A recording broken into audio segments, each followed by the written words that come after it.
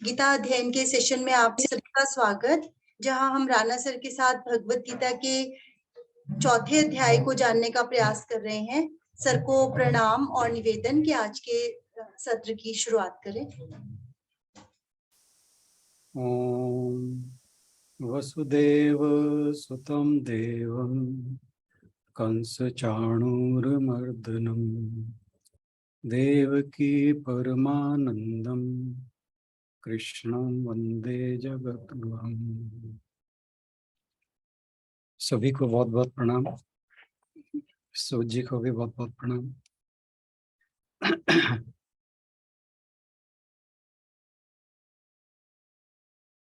वैसे तो हमने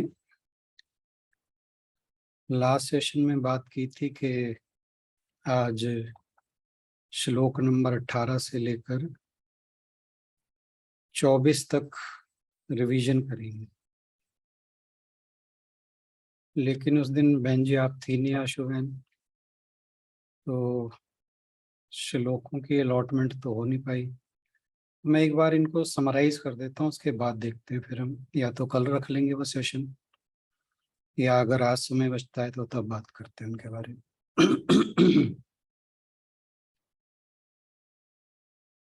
तो तीसरे अध्याय के शुरुआत में ही अर्जुन ने भगवान जी से पूछा था। आपको ध्यान होगा कि जब भगवान जी ने अर्जुन को कर्म योग और ज्ञान योग के बारे में बताया, तो जो अर्जुन युद्ध से पलायन की सोच रहा था, उसे लगा कि भगवान जी ने मुझे ऑप्शन दिए हैं कि या तो मैं अपने कर्मों का संपादन करूं या फिर संन्यास लेकर अपनी आत्मा के स्वरूप को पहचानने के लिए मैं ज्ञान का उपार्जन करूं। तो इस उद्देश्य से उसने भगवान से पूछा कि ये जो कर्म करना कल्याणकारक है या सब कर्मों को छोड़कर अकर्मी हो जाना और आत्मज्ञान में लग जाना ठीक है। तो ये उसका प्रश्न था, और उसने उसके प्रश्न के उत्तर में भगवान जी ने कहा कि सभी को अपने अपने शरीरों के जो स्वाभाविक गुण हैं, कि जो संस्कारों के अनुरूप उनको स्वभाव प्राप्त हुआ है, हर एक व्यक्ति की अपनी अपनी प्रकृति है, अपना अपना चरित्र है, तो उनके जो स्वाभाविक गुण हैं उनकी योग्यता के अनुसार अपने स्वधर्म का, कर्तव्य कर्म का पालन करना चाहिए। और जो भगवान जी ने इस अध्याय में चातुर्वण्य की बात की थी, 4 वर्णों की, तो वर्ण आश्रम, वर्ण व्यवस्था और आश्रम व्यवस्था, उसके अनुसार जिस व्यक्ति का जो कर्तव्य कर्म है या स्वधर्म है उसका पालन करना चाहिए, और उस स्वधर्म और कर्तव्य कर्म का पालन करते करते ही मनुष्य मोक्ष की प्राप्ति कर सकता है। और इसके बाद फिर ये जो 18वें श्लोक से शुरू हुआ, यहाँ भगवान जी कर्म करने और अकर्म करने, अकर्म और कर्म के जो रहस्य है उसके बारे में अर्जुन का सभी प्रकार का संशय दूर करने का प्रयास करते हैं कर्मों के स्वरूप के प्रति। भगवान कहते हैं कि समष्टि के कर्मों से, समष्टि मतलब पूरा जो ब्रह्मांड है उसके, उसका हर एक अंग जो भी कर्म करता है, उस समष्टि के कर्मों से ही इस जगत का अस्तित्व है। और इस जगत में क्योंकि हर जगह एक एकता का भाव है, समष्टि का जिसे भाव कहते हैं, तो हर एक कर्म का प्रभाव जगत में सूक्ष्म रूप से बहुत विस्तार से पड़ता है। मतलब किसी भी एक जो प्रकृति का एक भी अंग है, जो ब्रह्मांड का एक भी अंग है, जैसे हम अपने बारे में बात करें तो हम भी, हर व्यक्ति उस ब्रह्मांड का ही एक हिस्सा है। तो हर एक व्यक्ति का जो अपना कर्म है वो पूरे समष्टि कर्मों से उसका पूरे ब्रह्मांड पर एक सूक्ष्म रूप से बहुत विस्तृत प्रभाव पड़ता है। तो किसी भी व्यक्ति के कर्मों का संबंध सिर्फ उसके अपने तक, अपने देश तक, अपने काल तक सीमित नहीं रहता, लेकिन क्योंकि सबके कर्मों का प्रभाव सम्मिलित रूप से पूरे ब्रह्मांड पर पड़ता है और बड़ा व्यापक होता है। तो जो कर्म अकर्म का रहस्य है उसे इस ज्ञान के बिना नहीं जाना जा सकता। और हालांकि बहुत से विद्वानों का मत है कि कर्म अकर्म का निर्णय जो भी व्यक्ति कुछ करता है, चाहे वो उससे उसको लाभ हानि हो या मरने के बाद उसके स्वर्ग नरक आदि की प्राप्ति हो, इन इन इन विषयों को लेकर उनका सिद्धांत रहता है कि कर्म और अकर्म क्या है। और बहुत से ये कहते हैं कि जो संसार या गृहस्थी में लगे लोग हैं वो तो जो भी कर्म करते हैं वो बंधन का कारण है। उनकी दृष्टि में अगर कोई व्यक्ति संन्यास नहीं लेता कि संन्यासी होने से ही कर्मों का बंधन टूटता है और मोक्ष की प्राप्ति होती है, ऐसा बहुत लोगों का मत है। और उनका कहना ये है कि जब तक मनुष्य गृहस्थ में रहता है तो तब तक जगत को बनाए रखने के लिए उसके द्वारा कोई ना कोई कर्म होता रहता है, और जब तक ये कर्म होता रहता है तब तक उसका जो कर्मों का बंधन है वो मिटता नहीं। और उनका कहना ये है, ऐसे विद्वानों की बात हो रही है, कि कर्मों का पूरी तरह त्याग करने से ही मनुष्य का कर्मों के साथ अलगाव होता है और फिर शरीर छूटने के बाद मोक्ष की प्राप्ति होती है। और जो बहुत से पंडित लोग हैं उनका विचार ये है कि यज्ञ आदि कर्म करने से, दान पुण्य, दूसरों के हित के काम, जप तप, पूजा पाठ, इस तरह के काम जो हैं, शुभ कर्मों को कभी छोड़ना नहीं चाहिए। और उनके अनुसार ये जो कर्म हैं ये बंधन का कारण नहीं बनते, और इसके बाद इन कर्मों के फलस्वरूप मनुष्य को मृत्यु के बाद स्वर्ग आदि सुखों की प्राप्ति होती है और उसके बाद वो मोक्ष को प्राप्त हो जाता है, उनका ये कहना है। और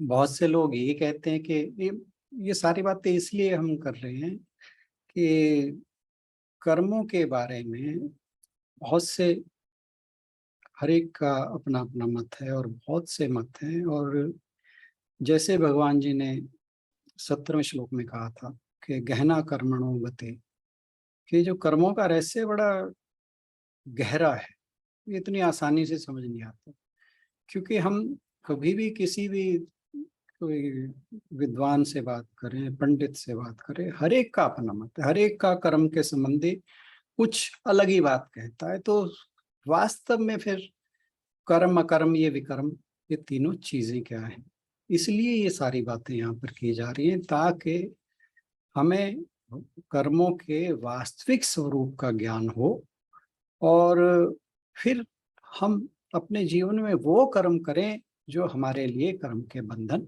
ना बने। तो बहुत से विद्वान कहते हैं कि जो भी किसी कामना के लिए कर्म किए जाते हैं उन्हीं से बंधन होता है, तो इसलिए जो काम्य कर्म है उनको छोड़ देने से ही मोक्ष मिलता है।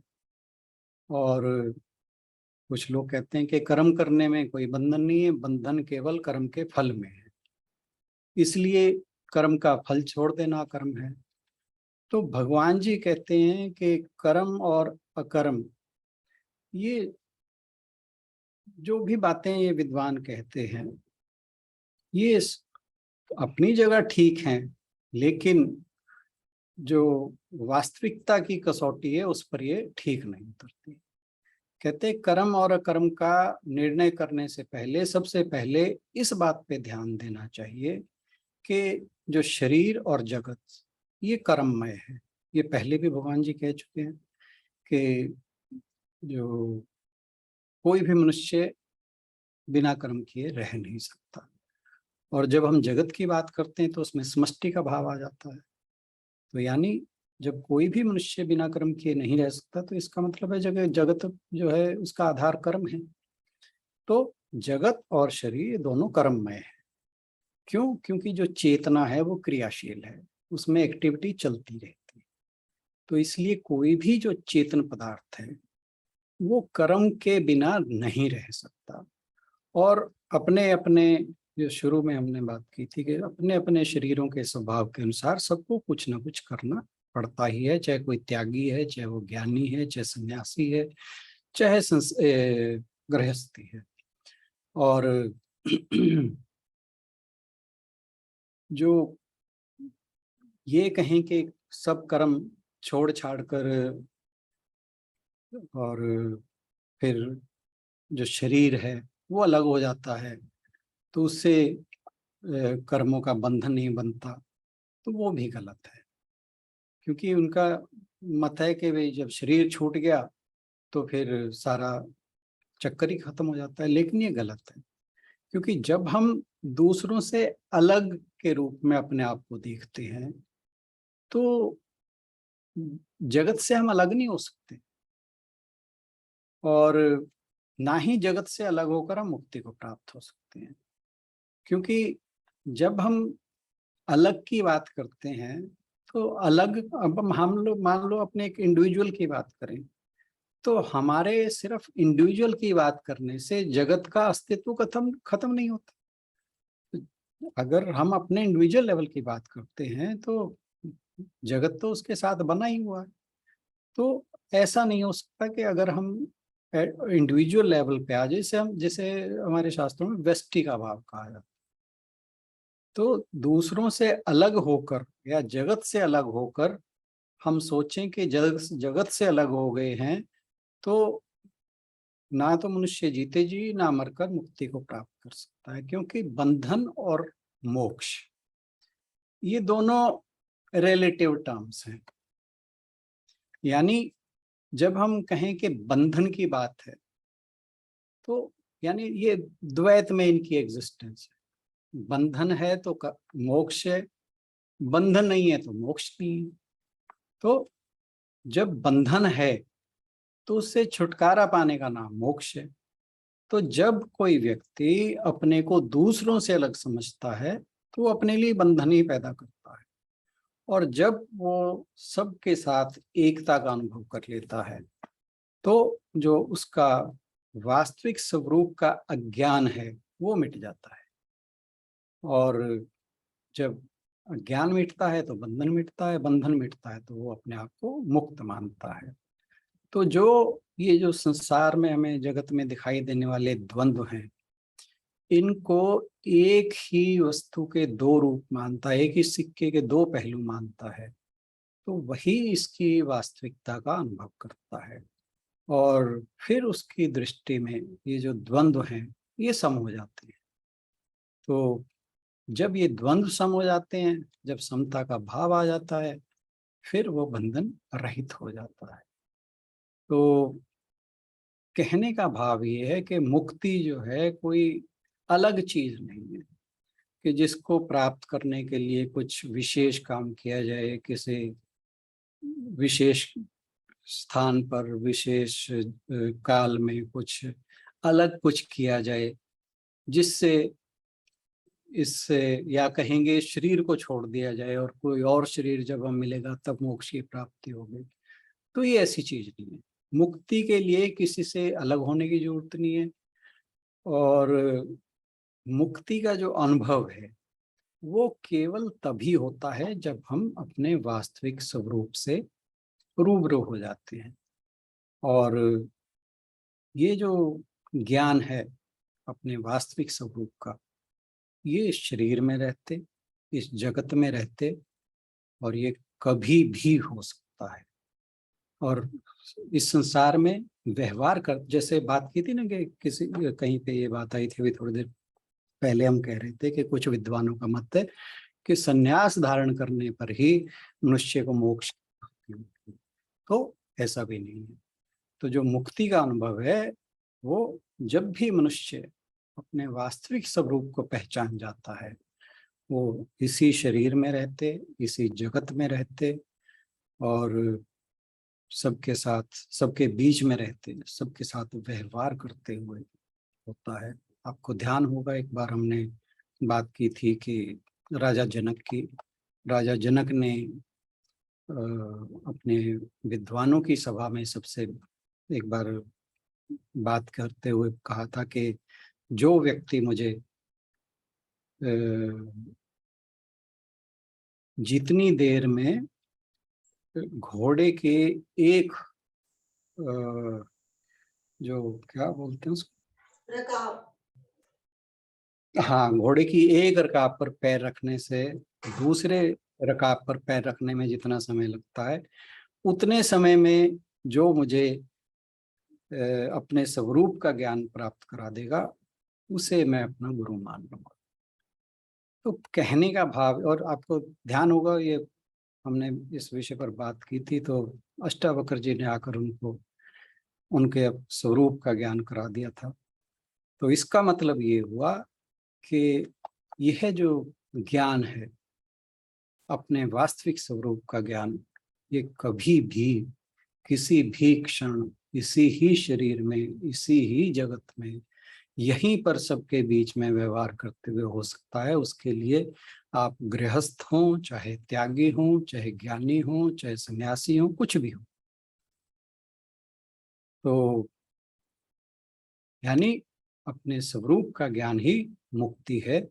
और जैसे जैसे हमारा द्वैत भाव, डुअलिटी कम होती चली जाती है, दूसरों के साथ एकता का भाव अनुभव करने लगते हैं और दूसरों के साथ एकता का व्यवहार शुरू हो जाता है, आचरण हमारा दूसरों के साथ एकता का हो जाता है, उतना ही हम धीरे धीरे मुक्ति की ओर चले जाते हैं।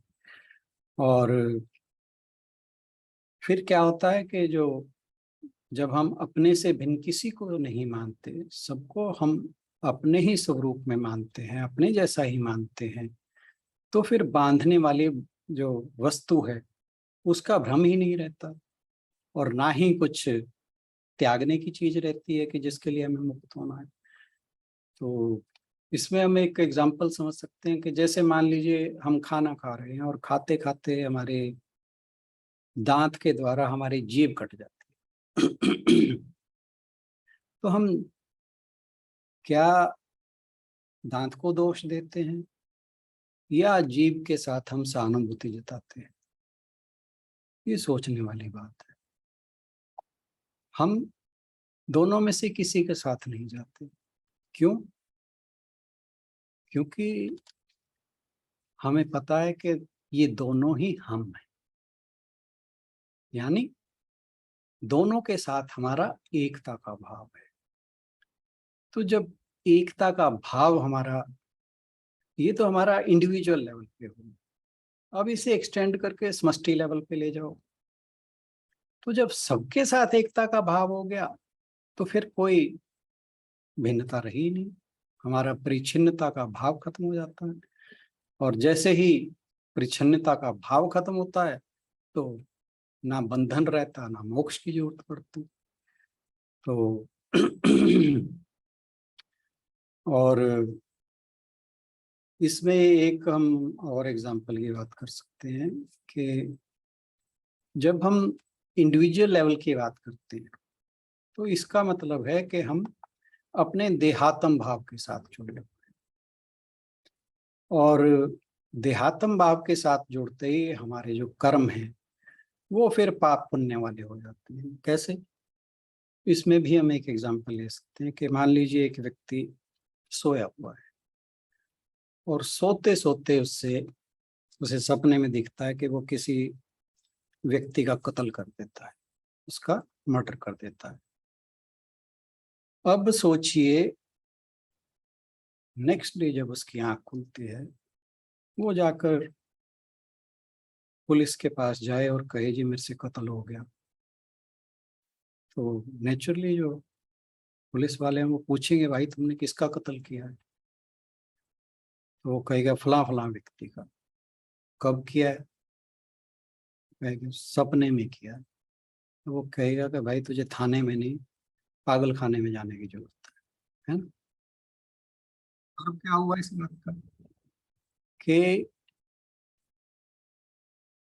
जो हमारा तादात्म्य जब स्थूल शरीर के साथ होता है तभी से पाप या पुण्य होता है। अब सपने के अंदर मनुष्य का तादात्म्य अपने स्थूल शरीर के साथ नहीं था, तो जब स्थूल शरीर के साथ तादात्म्य नहीं था तब उससे पाप या पुण्य नहीं हो सकता। अब इस जो एनालॉजी है इसको अगर हम जागृत अवस्था में एक्सटेंड करें कि हम अपना तादात्म्य शरीर के साथ छोड़ दें जागृत होते हुए, तो नेचुरल सी बात है कि फिर हम पाप पुण्य से मुक्त हो जाएंगे। तो जो ऐसा व्यक्ति है जो सबके जो समष्टि के भाव से जो भी कर्म करता है वो अपने स्वार्थ के लिए ना होकर सबके हित के लिए काम करता है, और जो भी उसके योग्यता है शारीरिक मानसिक जैसी भी, यानी जो उसका स्वधर्म है या उसका कर्तव्य कर्म है, तो उसके द्वारा जो भी उसके कर्म हैं वो सबके हित के लिए होते हैं, ना कि अपने स्वार्थ के लिए। उनके फल सबको लाभ पहुंचाते हैं। तो ऐसे व्यक्ति बंधते नहीं हैं, और ऐसे व्यक्ति ही वास्तव में अकर्मी हैं, जो भगवान जी ने कहा था कि जो कर्म में अकर्म और अकर्म में कर्म को देखता है। तो जैसा व्यक्ति है उसके संसार के सारे व्यवहार में उसे केवल ब्रह्म दिखाई देता है। ये बात आ गई अब 24 श्लोक की, जहाँ बात आई थी कि उस श्लोक क्या था वो एक बार चेक कर लें।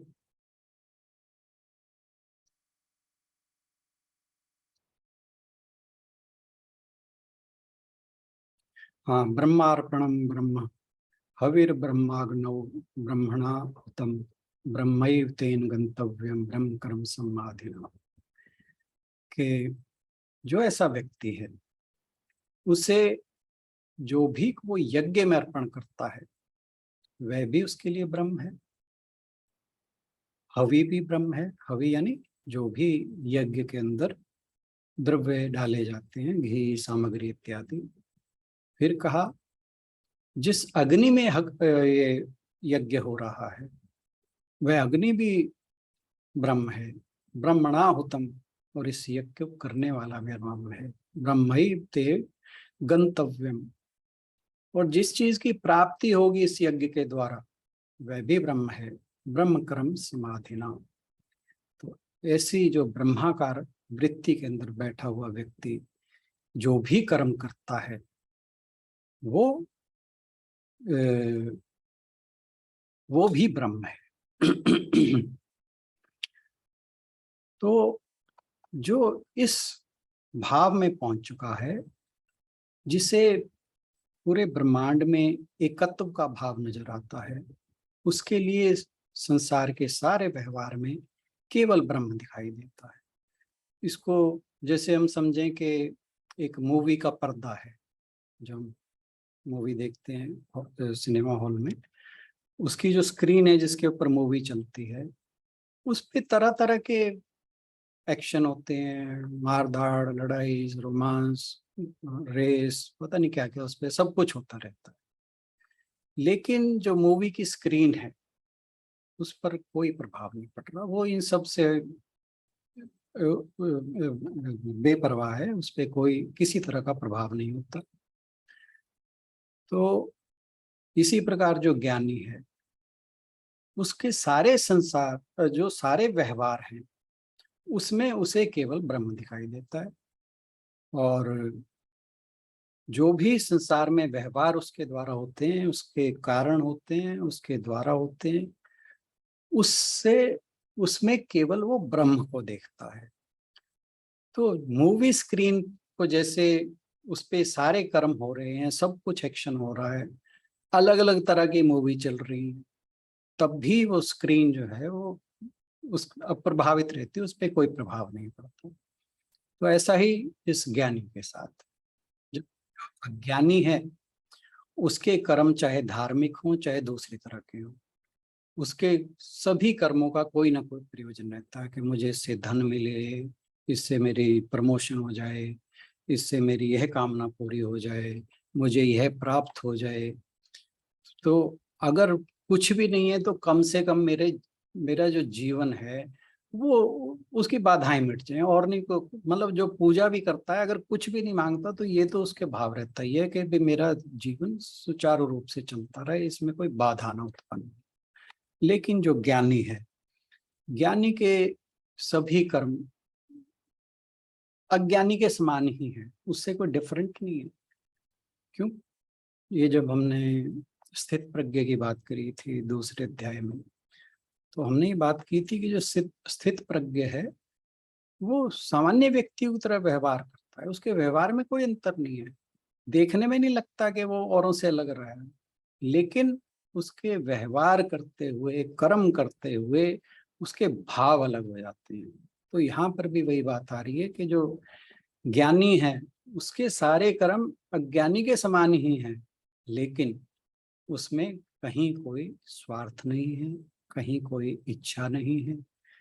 वो ज्ञान में स्थित होकर कर्म करता है, लोगों के लोक संग्रह के लिए कर्म करता है, अपने लिए कुछ नहीं करता। और उसकी जो दृष्टि है वो ब्रह्म दृष्टि है। ब्रह्म दृष्टि मतलब सर्वत्र उसे ब्रह्म ही दिखाई देता है, उसे कुछ अलग नहीं दिखाई देता। और दूसरी बात ये, जब हमने स्थित प्रज्ञ की बात की थी तब भी ये बात की थी कि जो स्थित प्रज्ञ है वो हमेशा उसी भाव में है, मतलब उसे बार बार ये याद रखने की जरूरत नहीं पड़ती कि मैं ब्रह्म हूँ, ये सब कुछ ब्रह्म है, नहीं, वो ब्रह्म भाव में बैठा है। और जब ब्रह्म का ये ज्ञान हो जाता है तो फिर जो जगत का मिथ्यात्व है, जो ये जो जगत हमें प्रतिभाषित होता है, अपीयर होता है, तो इसके जो झूठापन है या मिथ्यात्व है उसका उसे आभास हो जाता है। और जो कर्म है, ये हमने थर्ड चैप्टर में पढ़ा था कि गुणा गुणेशु सर्व वर्तन्त, कि जो ये जगत का व्यवहार है गुणों के ऊपर आधारित है, उसी के कारण ही कर्म हो रहे हैं। अब जैसे ही जगत का मिथ्यात्व उसको समझ में आया तो कर्मों का मिथ्यात्व भी समझ में आ गया, क्योंकि कर्म भी उसी जगत का हिस्सा है। अब जैसे फिर हम मूवी की एग्जांपल ले लेते हैं, मूवी की स्क्रीन की। अब जिसपे एक मूवी चल रही है तो उसपे एक तरह का जगत दिखाई दे रहा है, उसमें तरह तरह के एक्शंस हो रहे हैं। तो जो मूवी का पर्दा है उसके लिए ना तो मूवी चल रही है ना उस पर कोई एक्शन हो रहा है, ठीक है, उसके ऊपर कोई फर्क नहीं पड़ रहा। उसके लिए मूवी कोई सी भी चले, उस पर कोई इस तरह भी एक्शन हो, उसे पता है कि ये सब जो है मिथ्या है, ये थोड़ी देर का ड्रामा है और खत्म हो जाएगा। तो जो ब्रह्म का ज्ञान है, इस ज्ञान से जब मिथ्यापन का आभास, इसका जगत के मिथ्यापन का आभास हो जाता है, कर्म के मिथ्यापन का आभास हो जाता है, तो इसके हम एक बात और समझ सकते हैं कि जैसे हम स्वप्नावस्था की बात करें, स्वप्नावस्था में मनुष्य ने एक प्रकार की कल्पना करता है, उसे पता नहीं क्या क्या दिखाई देता है, लेकिन जैसे ही वो नींद से जागता है, जगत है वो बिल्कुल उसके लिए खत्म हो जाता है। तो उसी तरह जब जागृत अवस्था में ज्ञान होता है, यानी वो नींद से जागा, तो स्वप्न अवस्था खत्म होगी। अगर जागते हुए वो जाग जाए तो फिर ये जो जगत है, जो दृश्यमान जगत है, वो इसकी प्रतीति हट जाती है, क्योंकि ये जो माया का आवरण है, अज्ञान का आवरण है, उसके कारण ही ये जगत है वो प्रतीयमान दिखाई देता है। और जब वे माया दूर हो जाती है तो फिर जो जगत है उसका जो उसमें अनेकता दिखाई देती है, वो खत्म होकर उसमें सिर्फ और सिर्फ ब्रह्म दिखाई दे जाता है, उसमें सिर्फ ब्रह्म ब्रह्म रह जाता है। और जब हम बात कर रहे थे कि मूवी पर जितनी कोई भी फिल्म चले, कोई भी एक्शन चले, उससे कोई फर्क है, उसके ऊपर कोई चेंज नहीं होता, उसके ऊपर कोई प्रभाव नहीं पड़ता, वो बिना प्रभाव के रहती है। और जो इसी तरह जो ज्ञानी की दृष्टि है, वो उसकी दृष्टि में ब्रह्म कुछ नहीं करता। चाहे जीवन में जो भी व्यवहार हो रहा हो, उसके अंदर जो व्यवहार है वो सिर्फ व्यवहार का मतलब हुआ जो जगत का व्यवहार। जगत का व्यवहार मतलब जगत में जो गुणों के कारण डिफरेंट डिफरेंट एक्शंस हो रहे हैं, उसकी बात है। और जब ये बात आ जाती है तो उसकी दृष्टि में ब्रह्म कुछ नहीं कर रहा, ये सब कुछ अपने आप हो रहा है। और ये जो पर्सपेक्टिव है, ये जो दृष्टि है, ये किसी गृहस्थ की भी हो सकती है, किसी सन्यासी की भी हो सकती है, किसी की भी हो सकती है। ये ज्ञान किसी के लिए भी हो सकता है, इसके लिए जरूरी नहीं व्यक्ति को सन्यासी ही होना पड़े। तो अब जो गृहस्थ ज्ञानी है, वो आप देखिए कि अब गृहस्थ के अंदर बिना व्यवहार के तो रह नहीं सकता। अब गृहस्थ ज्ञानी सामान्य व्यक्तियों की तरह व्यवहार करता है, लेकिन सब कुछ करते हुए भी वह कुछ नहीं करता। और जो सन्यासी ज्ञानी है, क्योंकि उसने जो अपने गृहस्थ जीवन के जो मनुष्य जो नॉर्मल साधारण प्राणी है, वो कर्मों का त्याग कर दिया है, तो वो या तो समाधि की अवस्था में रह सकता है। दूसरा, जैसे स्वामी विवेकानंद थे, स्वामी विवेकानंद जितना क्रियाशील या कर्मशील कोई हुआ नहीं होगा, वो पूरी तरह एनलाइटेंड पर्सन थे। और उन्होंने जितना काम किया होगा, जितने कम समय में, उनकी जितनी कम आयु थी, उतने जीवन में उन्होंने जितने काम किए हैं वो शायद ही कोई कर पाए। तो जो गृहस्थ ज्ञानी है या सन्यासी ज्ञानी है, वो कुछ करे ना करे, तो वो कुछ करते हुए, जो गृहस्थ ज्ञानी है कुछ करते हुए भी नहीं करता, और जो सन्यासी ज्ञानी है वो चाहे करे या ना करे, कुछ भी करते हुए कुछ भी नहीं करता। तो दोनों ही प्रकार के जो ज्ञानी हैं, वो शरीर मन बुद्धि इसके स्तर पर सब कुछ करते, मतलब बॉडी माइंड लेवल पे वो सब कुछ करते हैं, ठीक है, लेकिन सब कुछ करते हुए भी या ना करते हुए भी, ये बॉडी माइंड लेवल की बात होगी। इस पर करते हुए जब वो आत्मा के लेवल पर आते हैं, अपने वास्तविक स्वरूप के लेवल पर आते हैं, तो कुछ नहीं करते। और यही है कर्म में अकर्म। अब बात आई ये जो जिसको श्लोक नंबर 18 में कहा गया था, फिर आई कि ब्रह्म का ज्ञान होने पर मिथ्याभूत जगत भी नहीं रहता, और ब्रह्म के सत्य तथा जगत के मिथ्या होने का एहसास होने पर इस जगत में हो रहे कर्मों का मिथ्यात्व भी हो जाता है। यानी ये हम अभी थोड़ी देर पहले हमने बात की थी इसके बारे में कि जब मनुष्य को ज्ञान हो जाता है, फिर उसको ब्रह्म के सत्य, जो शंकराचार्य जी ने कहा था कि ब्रह्म सत्यम जगत मिथ्या, तो जब उसे ज्ञान हो जाता है तो उसे समझ आ जाती है कि सब कुछ जो केवल एकमात्र सत्य है वो ब्रह्म है, और ये जगत जो है ये सिर्फ प्रतीत होता है, ये सिर्फ एक अपीयरेंस है, इसके अलावा कुछ नहीं। तो उसके मिथ्या होने का एहसास हो जाता है, और जैसे ही जगत के मिथ्या होने का एहसास हुआ, ऐसे ही उसमें होने वाले कर्मों के मिथ्यात्व का भी हो जाता है। और ब्रह्म ज्ञान में कर्म के इस मिथ्यात्व को देखने का नाम है कर्म। हम बहुत बार इस बात को करते हैं, और बहुत बार हमने ग्रुप पे भी कई बार ये बात आई है कि कर्म संन्यास का अर्थ क्या है। है ना। तो कर्म संन्यास का अर्थ क्या हुआ कि ज्ञान होने पर जब हमें ब्रह्म दिखाई देता है हर जगह, तो उस ब्रह्म के ज्ञान में कर्म का जो मिथ्यात्व है वो जब समझ में आ जाता है, वो जब दिखाई दे जाता है, तो इसका मतलब हुआ कर्म संन्यास। और ये कर्म संन्यास उजागर कब होता है, प्रकाशित कब होता है? जब मनुष्य को ब्रह्म ज्ञान हो जाता है। तो ज्ञान के द्वारा, ब्रह्म के ज्ञान के द्वारा इस कर्म संन्यास का रहस्य उसे समझ में आता है। इसीलिए इस अध्याय का नाम शंकराचार्य जी ने रखा ज्ञान कर्म संन्यास। क्या मतलब हुआ? जब ज्ञान होने पर कर्मों का मिथ्यात्व समझ आ जाए मनुष्य को, तो इसका मतलब है ज्ञान कर्म संन्यास। और ये बात हमेशा ध्यान में रखनी चाहिए कि कर्म संन्यास का मतलब हम अक्सर ये भूल कर बैठते हैं कि कर्म संन्यास का मतलब है कर्मों का त्याग। ये बात ध्यान रखें कि कर्मों का त्याग कर्म संन्यास नहीं है। कर्मों का मिथ्यात्व समझ आ जाए जब, तो उसका मतलब है कि कर्मों का त्याग हो गया, सॉरी, कर्म संन्यास हो गया।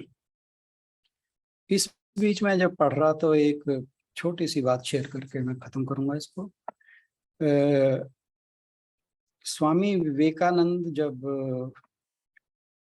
अमेरिका गए थे, तो वहां पे एक फैमिली थी, हेल फैमिली। तो उनसे उनके काफी घनिष्ठ संबंध हो गए थे। तो उस हेल फैमिली में जो मेंबर्स थे, उसमें एक तो माता पिता थे, उनकी 2 लड़कियां थी। तो जो माता पिता थे उनको तो स्वामी जी बोलते थे फादर एंड मदर, और जो उनकी लड़कियां थी उनको सिस्टर बोलते थे। उनमें से एक का नाम था सिस्टर मैरी हेल। तो उनके बीच में स्वामी विवेकानंद और मैरी हेल के बीच में पत्र व्यवहार हुआ है। बहुत ही दार्शनिक किस्म का है वो मैंने अभी कुछ दिनों पहले पढ़ा। पोइट्री में है वो, तो बड़ी वंडरफुल पोइट्री है। कभी मौका लगे तो जरूर पढ़िएगा।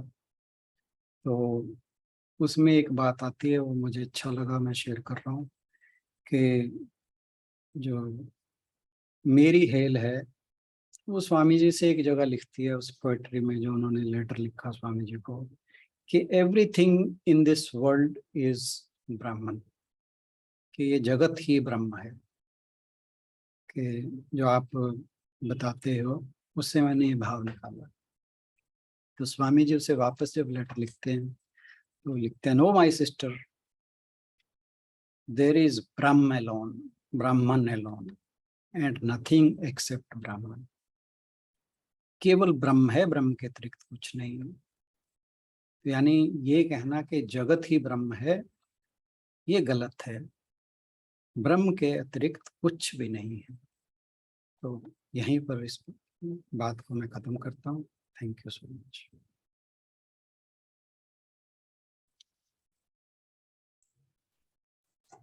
धन्यवाद राणा सर, आज के इस एनलाइटनिंग सेशन के लिए। बहुत ही अच्छे से आपने हमें आज समझाया। यदि किसी का कोई प्रश्न हो या कुछ कहना चाहें आज के सेशन को लेकर, तो जरूर अपनी बात कह सकते हैं।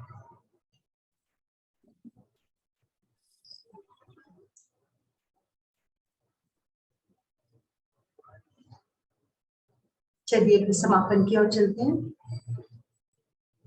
कल इनको हम इंडिविजुअल श्लोक्स के ऊपर एक बार फिर बात कर लेंगे, और आप एक एक श्लोक जो है सबको अलॉट कर दीजिएगा।